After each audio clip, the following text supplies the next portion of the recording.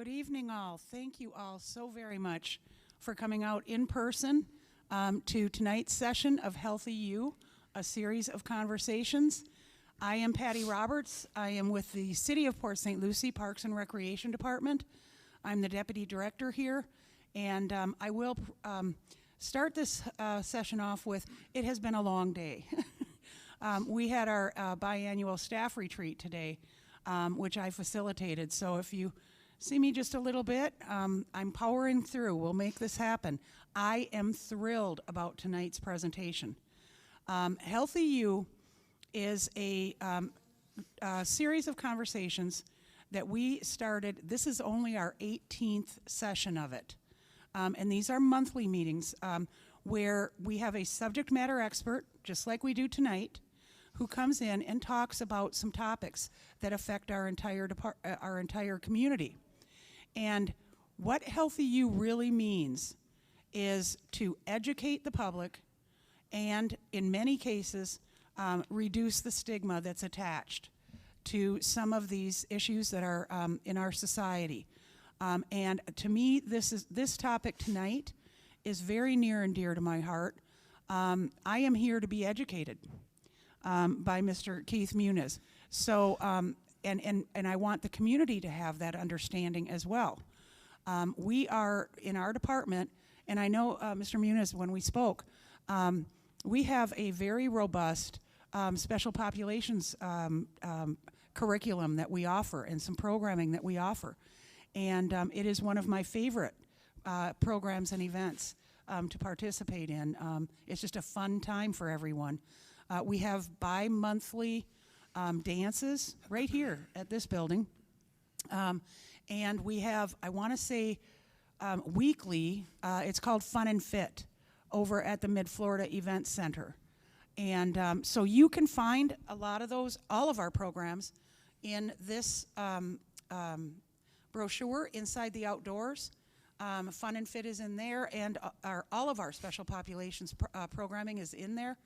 For those of you at home on Zoom, simply go to www.pslparks.com and you can find our Inside the Outdoors brochure. And I will preface this, the lead in here to say HealthyU is not about selling anything. I'm not here to sell you anything. All I'm here to tell you about is resources that we have in this community. And HealthyU is a great example of it. It's a free conversation that we all come together, again, led by a subject matter expert. I am not that person on this topic at all. And so that's what HealthyU was designed to do and is doing very well. Again, only 18 months into the birth of the program. But a few general housekeeping items, please. At the registration table, there is a voluntary sign-in sheet. Again, voluntary only. Anyone who wishes to leave their name. Lastly, there certainly will be an opportunity for questions and answers during this session. For those of you in person, what we will have to do, because now this meeting is in person and also via Zoom, virtually.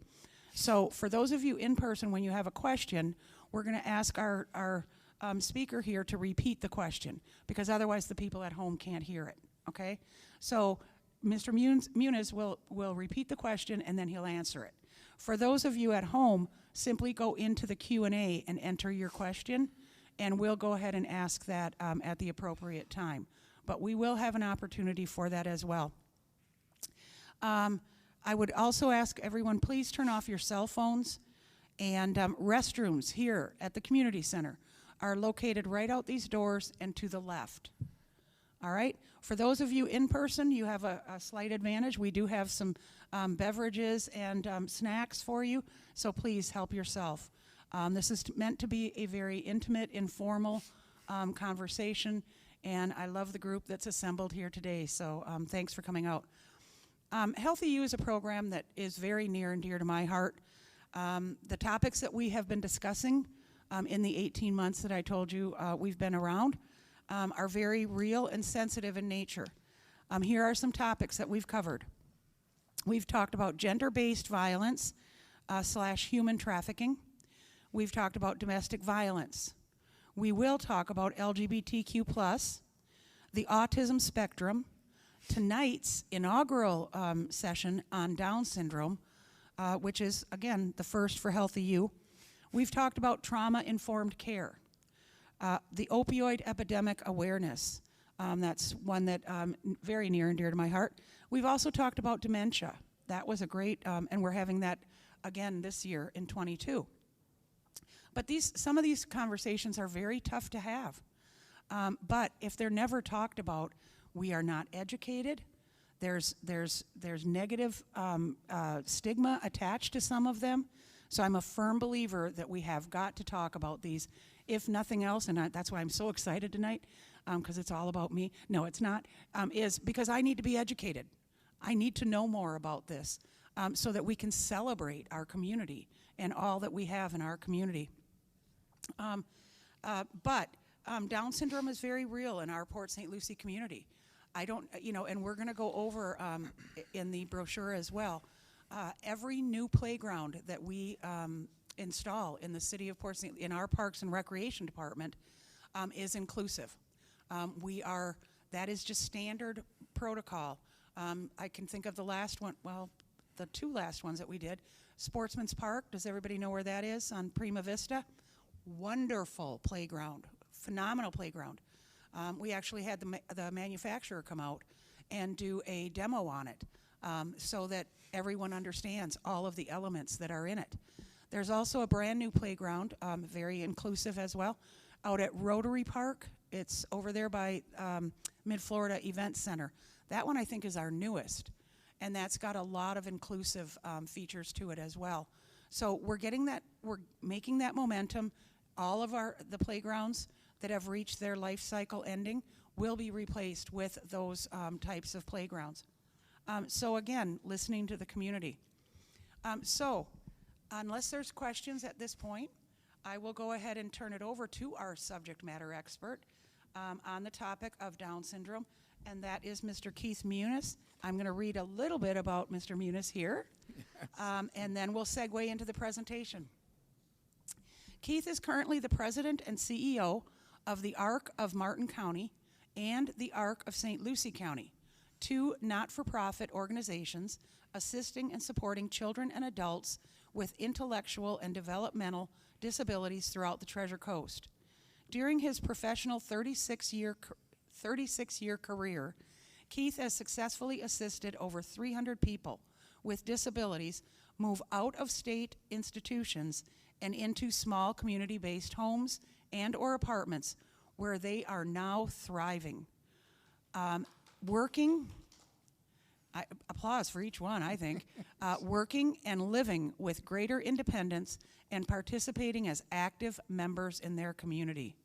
Keith has also developed collaborative partnerships with the private and public sectors that have enabled well over 50 different residential and vocational settings to be developed with accessibility standards for people with disabilities to live and work competitively within their communities, thus relying less on government subsidies. Keith has sat on many different state and local boards and committees affiliated with intellectual and developmental disabilities. These include the Florida Association of Rehabilitation Facilities, Florida Association of Behavior Analysts, local affordable housing committees, National Down Syndrome Organization, and the American Association on Intellectual and Developmental Disabilities. In addition, he has been a volunteer advisor for Special Olympics, United Way, and Children's Services Council throughout the state of Florida. Keith has personal knowledge on Down syndrome as his son Nicholas was born with Down syndrome. In his spare time, I'm not sure how much you have of that, Keith plays golf, rides his bike, takes his dog for long walks, and travels with his family. So without further ado, Mr. Keith Muniz. Okay, well, thanks very much for that intro. That was a nice reminder to myself. It's time flies. So, but welcome all, and thank you for taking time out of your day to come and spend time with us. It's a beautiful facility, and I'm learning more about Port St. Lucie every day, and beautiful community center here. So, thank you for hosting us and allowing us to share some of the information that we have. So. I am the president and CEO of the Ark Martin County, and we are now merging with the Ark of St. Lucie County as well. So we have a lot of things going on and a lot of wheels spinning, but I'm here to talk about a specific group of people, and that's people who have Down syndrome. Our mission at the Ark, Advocates for the Rights of Challenge, is to empower children and adults with intellectual and developmental disabilities to achieve their fullest potential through residential, vocational, educational, behavioral, and other healthcare-related supports and services. When we use the term intellectual and developmental disability, we're referring to people with one of 6 diagnoses: Prader-Willi syndrome, autism, cerebral palsy, spina bifida, intellectual disability, and Down syndrome. So as I go throughout the night and I refer to IDD, we're just think of Down syndrome when we use that, because that's what we're here to talk about. So everything else is kind of related, but we're here to talk about Down syndrome tonight. The Ark was founded in 1956. We're a 501c3 nonprofit organization. With the 2 organizations merging, we now have 195 employees, and we are providing services to people with IDD in Martin, St. Lucie, Indian River, Okeechobee, and Palm Beach counties. So we're covering a large territory. We have 16 community-based homes. When we buy a home, our standard is we want it to blend in. If we wouldn't live there, then it's not a home that we would acquire. So we usually purchase these. We rehabilitate them to make them accessible for people who may have special needs. We want to mitigate them against hurricanes, and we want to be able to make sure that these homes will be homes where people can age in place for a long time, because as they get older, they do develop certain physical barriers that we want to make sure that we're addressing long term. We have supported living programs where we help individuals live in their own apartments. Maybe they just need supports a couple of days throughout the week, and the rest of the time they're very independent. We have 2 adult day programs for those people who are senior programs where they're not ready to work, or they're too old to work, or they're basically have skills that they need to develop before they can acquire work. We have 2 after school and 2 summer camp programs now serving children with IDD. We have 5 different vocational programs. We have a Project Search program, which is an intensive training program that prepares people to get employment, and that's in the youth age category that we partnership with the school district. We have a Project Search adult program, which is in the hospitality industry, where we teach them how to work in the hotel industry, in restaurants, and in the marinas, because in our neck of the woods, those are very prevalent areas where employment is needed. We have a Ticket to Work program. We do a full array of all types of support employment programs, helping empower people with disabilities, because when you have a job and you got money in your pocket, you're empowered to make decisions. And people with Down syndrome like to make decisions, as you'll see by the end of the night. And we also have a behavioral health program where we have intensive behavior homes for people who have more significant challenges that need to be addressed. But also, in our children's programs, we address some of those finer behavioral issues so that they can begin to acclimate to the community and eventually be independent after they leave the school system. We have some guiding principles that help us kind of stay focused on what we want to accomplish and what our mission is, and that's we believe individuals with intellectual and developmental disabilities have a right to informed decision-making choices. We all have those choices, and sometimes we take them for granted. People with IDD don't take that for granted, so we kind of empower them and guide them in that process. That individuals, regardless of their abilities, are valued and contribute to their community. They're members of the community, and they want to participate and they want to give back, as you'll see. We believe people with IDD should be active members in their community, not just coming to a program, but they want to be active in their community with the parks, with the museums, with the beaches, with whatever it is. They want to work. And that people should have access to quality programs and supportive services that embrace their dreams and aspirations. So they want to live in a community where they can live, work, play, and pray in their community just like you and I do. So you're going to see that we're more alike than more dislike. So what is Down syndrome? For most people, when you're born, each cell in the body has 23 pairs of chromosomes. One chromosome from your mother, and one chromosome is from your father. But sometimes during cell division, an extra copy of the 21st chromosome is present, as you'll see on the circle up there. As you can see, all of them are pairs except for 21. There's 3 there. And as the cells multiply and pregnancy is carried to term, a baby with Down syndrome is born. What causes Down syndrome? Doctors aren't sure why this happens, actually. There's no link to any environmental factors or anything that parents did or didn't do. Although many factors have been considered, the mother's age is most often something that comes up as being relevant, because the older the eggs are, the greater the risk of improper chromosome division. It has been known for some time that the odds of having a child with Down syndrome increases with the mother's advancing age.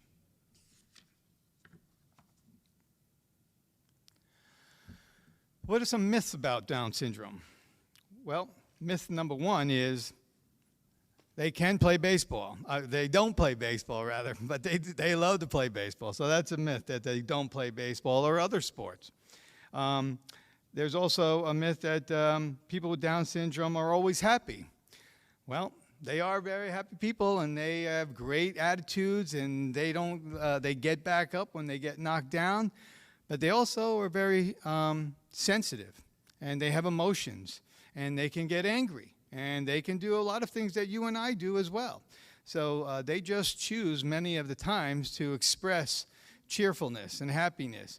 But if you are around them long enough and you get to annoying them, trust me, they're going to let you know that you're standing in their space and you're bothering them. So that's a myth that they're always happy. Myth number 2, only older women have babies with Down syndrome. So as I did point out, yes, the older you get, the odds are more likely that you could have a child with disability, and we'll talk about those statistics in a few minutes. But young ladies can have Down syndrome also. I mean, it's most of the people who are born with Down syndrome are born to a mother who is 35 years or younger. So it's not just older women. There's 20-year-olds and 25-year-olds and 30-year-olds also can have a child with Down syndrome. Myth number 3, people with Down syndrome can't be independent. Now, that's certainly not true, because we're working with individuals who live in their own apartment. They work, they travel on their own, they take public transportation on their own. If they're on medications, they do medications on their own. They schedule their own doctor's appointments. They talk for themselves in their doctor appointments. Now, yes, it's true that some of them do need supports and assistance, but it's like anybody. You have people who are very high on the spectrum and very low on the spectrum, and some need a lot of assistance and some need little assistance. I can tell you that I need a lot of assistance in some areas of my life, and you can ask my wife that. So people with Down syndrome are sometimes more independent, more capable than typical of their peers. I'm right there with you, Keith. I need support too. Myth number 4, people with Down syndrome die young. So that is not true either. Medical advances are allowing people with Down syndrome, and for that matter, any disability, to live well into their 60s, 70s, and even some are getting into their 80s. So that's a myth. Myth number 5, people with Down syndrome all look the same. So I'm looking at 5 or 6 of them now, and I don't think any of them are twins, so because they all look different. So, and then we can tell them apart, just like you can tell me apart from my dog. So that's a myth. They may have some similar features, but there's lots of different variations. So we'll talk more about that in a few. As we said with statistics, Down syndrome is one of the most common genetic variations and occurs in approximately 1 in every 700 live births in the United States. As I mentioned, as you get older, the likelihood, the odds of a person being born with Down syndrome increases. A 20-year-old mother giving birth to a child with Down syndrome has about a 1 in 1,600 chance. And those odds increase. At age 35, it goes to 1 in 365 births. And then the odds increases again at age 40 to 1 in 100 births. So you see the gap closing there as the mother gets older. So, but that's really the only statistic that we can really point to with any commonality or consistency. There are 3 types of Down syndrome: trisomy 21, translocation Down syndrome, and mosaic Down syndrome. The difference between each type is very minimal because some of the physical features and the behaviors are all very similar. Trisomy 21, that occurs in about 95% of all babies born with Down syndrome. Each cell in the body has 3 separate copies of chromosome 21 instead of the usual copies, usual 2 copies. Translocation Down syndrome occurs in about 3% of babies born with Down syndrome. In this case, an extra part of or a whole part of the extra chromosome 21 is present, but it is attached or translocated to a different chromosome rather than being a separate chromosome 21. So a lot of that is all medical terminology and scientific terminology. I don't know that it, being a parent, really never paid a whole lot of attention to all this, but I'm just giving it to you because you probably is info that you might have always asked, and now you're getting the answer, and now you know why people don't really talk about it, because it's very, very scientific terminology. And then mosaic Down syndrome is about 2% of the babies with Down syndrome. Mosaic means mixture or a combination. Other cells have typical 2 copies of chromosome 21. Mosaic Down syndrome may have same features as other people with Down syndrome. However, they may have fewer characteristics of the condition due to the presence of some or many cells with a typical number of chromosomes. So, but basically, those are the 3 types of chromosomes, types of Down syndrome. But trisomy 21 is pretty much the majority prevalent of what a baby will be born with if they have Down syndrome. So, Down syndrome physical challenges. There are various common physical features among babies with Down syndrome. Not every baby born with Down syndrome will possess each of these characteristics. But many of the characteristics will also be found on typical babies who don't have Down syndrome in the general population. But some of the more common noticeable physical features that you may see and find in a person with Down syndrome include low muscle tone, which makes muscles appear relaxed or floppy. Many times this is corrected through physical therapy and early intervention. Loose joints, smaller ears, hands, and or feet.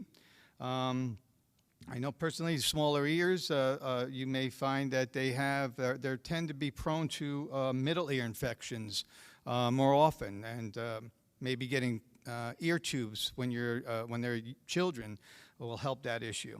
A short neck, which would sometimes require surgery at some time in the future as they get older.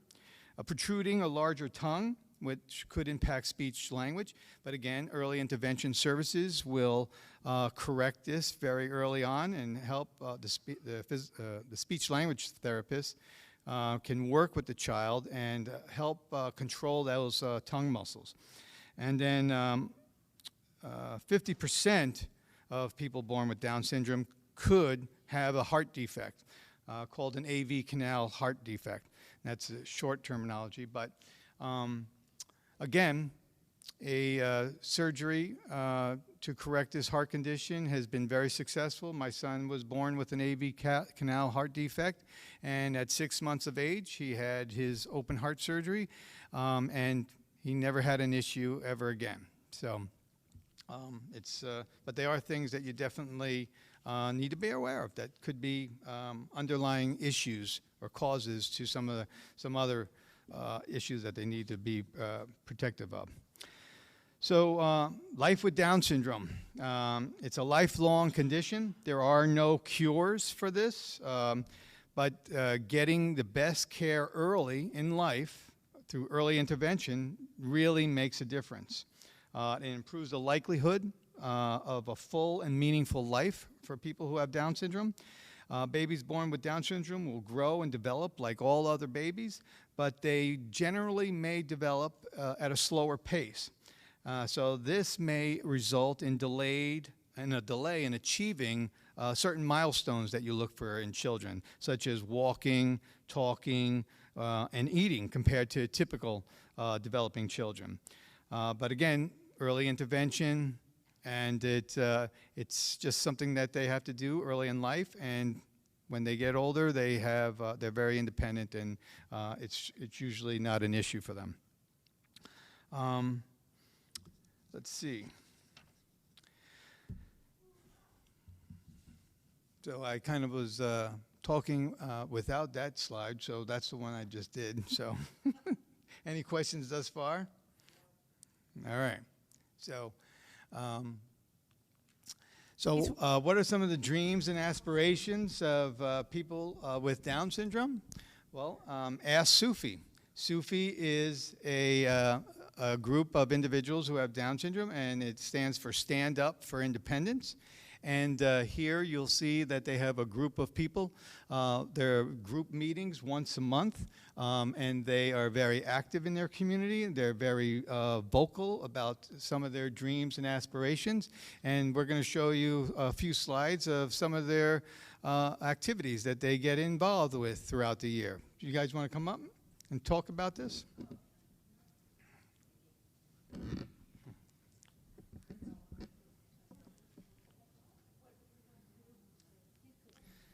Okay. All right. So I'll take this off and I'll give that to you right here. Okay. So you can. Go ahead. Hi, my name is Kimberly Martinez, and I am the advisor for Stand Up for Independence. Also, we have Miss Lisa Lutz as well, and they're going to explain some of the things that we do.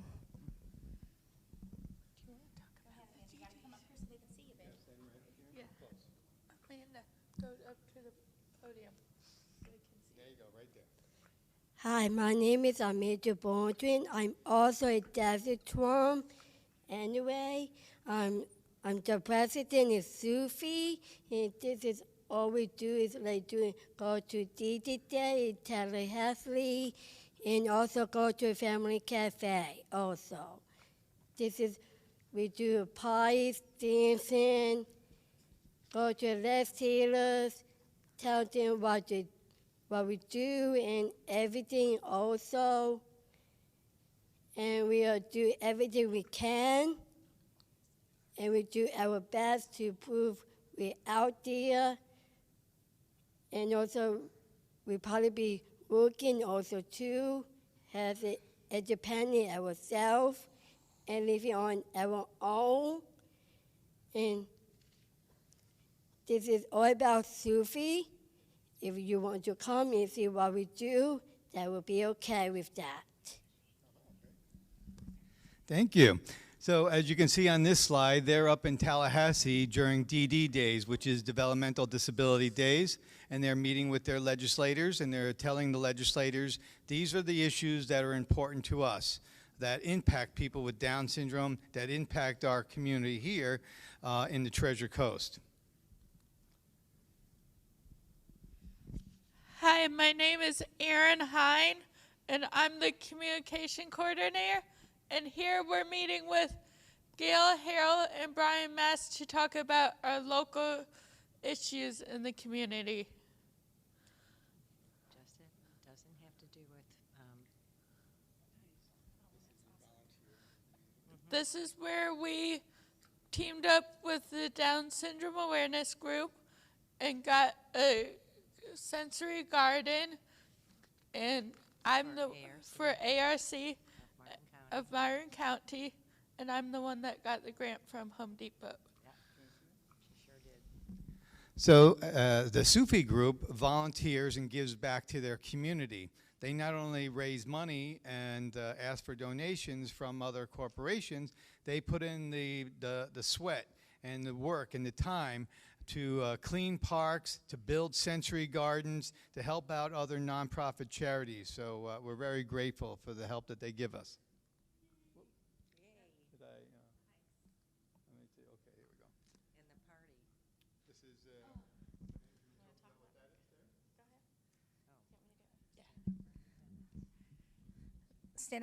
Stand Up for Independence also has monthly hikes, and we also partner up as much as we can with other organizations in the community, especially ARC and Treasure Coast Down Syndrome Awareness Group. And we try to invite everybody to come out and get some exercise and lots of parties and lots of fun. So it's pretty good. There we are. We try to contribute to everything. We do so many too many things in the community, but it's wonderful. And there you go. You want to talk about the voting? Yeah, I can. You want me to do it? We also have 4 of our individuals in our group who are train the trainers, and they train people with disabilities to vote. They train them how to understand about voting and how it's important for them to choose who they want to vote for and not other people. So again, it goes back to my original, in the beginning of my presentation, when we talked about they have a right to make informed decisions and choices. And so that's all part of that process of helping them make choices, but they're being informed to make meaningful choices.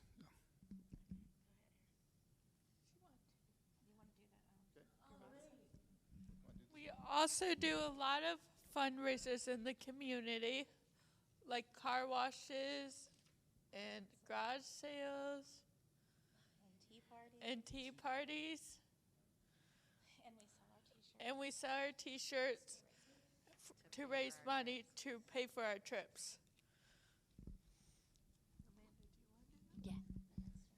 For all the people have disabilities or workers who want to get a job, like all those people on here, like Magic Boob is working at Home Depot. Eric Comey work at the school district. I did that also too. I work at Daddy Parker in Medicaid school. I did that. And Eric Comey did student middle school. It's the same thing. But this woman just came to Sufi. She said, how we are doing, and give us this job, and we do what we can. And William Tassie working at Polytechnical. It's like a restaurant anyway. And we are doing what we can. We do make everything a part of that. Very good, thank you. So yeah, they love to work, and they want to work. And so Down syndrome, embrace it and celebrate it.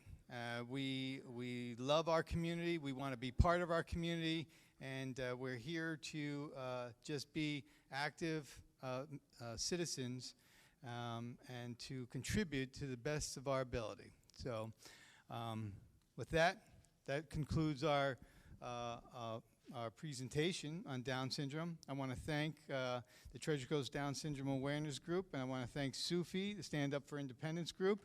I also want to thank the National Down Syndrome Congress, who is able to give me some technical terms, but there's on the screen, there's contact information for all three of those groups, and we hope that you'll reach out to us, and if you have any questions now or in the future, don't hesitate to call, and we'd be more than happy to share additional information with you. With that, are there any questions? Any questions in person? We do have one via Zoom, which I can go ahead and get to, but any in person? All right. This question is to you, Keith.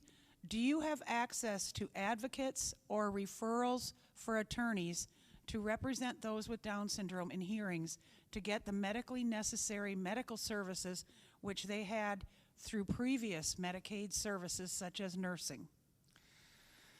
So, yeah, that's a big issue for many families, for many providers like us, because sometimes, individuals need services, medical services. Sometimes those medical services are not accessible.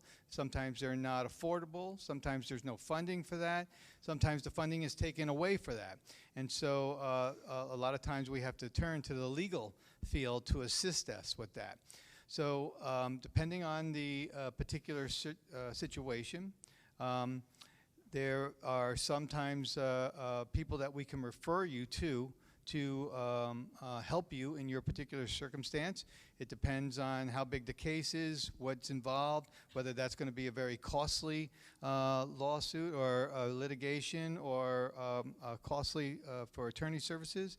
Also, some attorneys will want to look at the case and see if it's worth taking on, and they can give you that advice as well. So yes, I can refer you to several different sources that may or may not be able to help them, but it would have to be on a case-by-case basis. And a follow-up question from the same individual.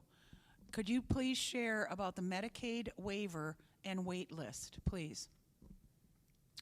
So the wait list is, in the state of Florida, there have historically been two major funding mechanisms for people with intellectual and developmental disabilities, including Down syndrome. And for the most part, there's the intermediate care facility for IDD, and that is an entitlement program, but there's currently a moratorium on that particular program where they're not allowing any people into that program. They've created thus the Med Waiver program. The Med Waiver program is you're waiving your rights to the entitlement program, and you're selecting only an a la carte menu of only those services that you need and require. The problem is all of that is dependent upon appropriations within the state legislature every year. And there's never really enough money to serve everybody. So historically, there's been 20,000 people on this waiting list waiting for services.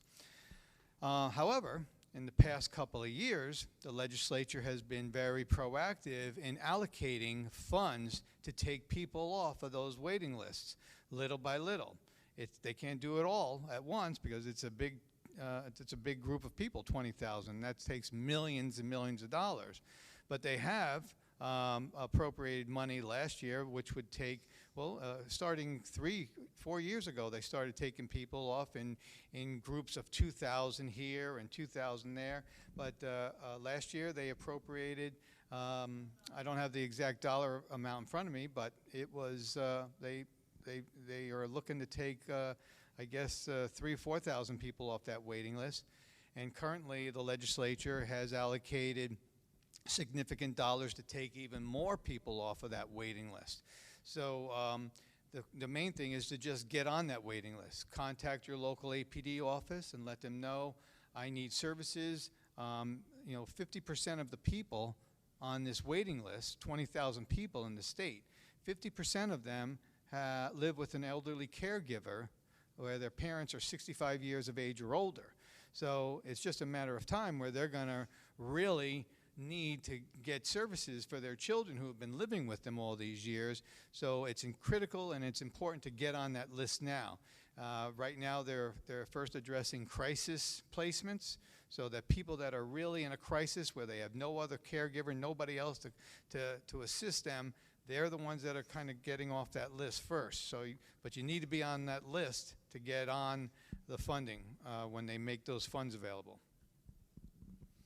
hopefully that addressed that a little bit. Absolutely. I see no more questions in the, I'm sorry. Yes, ma'am, please.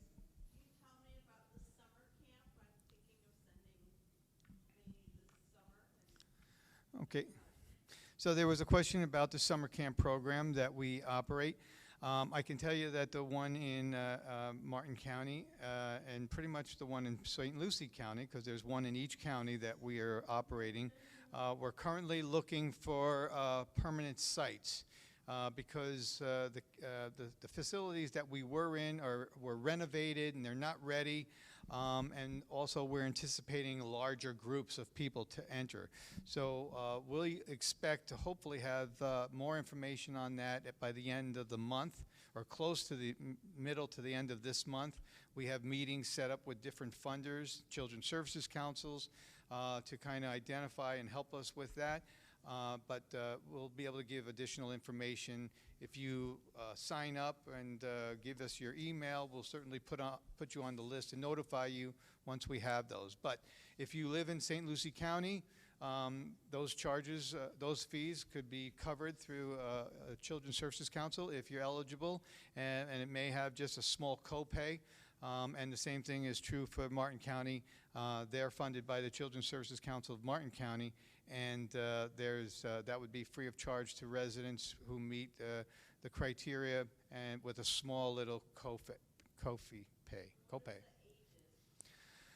In our camps, we are typically doing, in Martin County, it's 5 to 22. So in St. Lucie County, I think it's more, the age gap may be a little less, but we're kind of assessing that right now. We've only been, managing them for about 2 weeks now.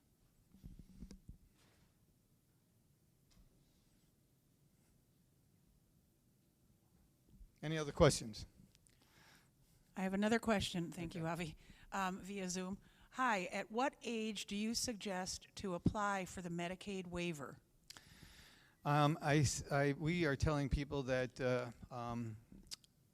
soon as they're in elementary school, get on that list, because the Med waiver can always subsidize what services you don't get through the school system, but technically the school system is responsible for covering all of those early intervention services and other services that they may need through their IEP process. End of story. Now, with the waiting list, it's typically a 10-year wait. So by the time they get into high school, we're hoping that they'll be off of that waiting list and that they'll be able to get funding subsidized in their older age. They're between 18 and 22, and then when they're 22 and leave the school system, there won't be a gap in the service delivery because you'll be on the Med waiver already. Boy, I learned a lot through that, truly. Thank you for sharing that. All right, any other questions? All right, well, listen, I want to thank Mr. Muniz. Unbelievable.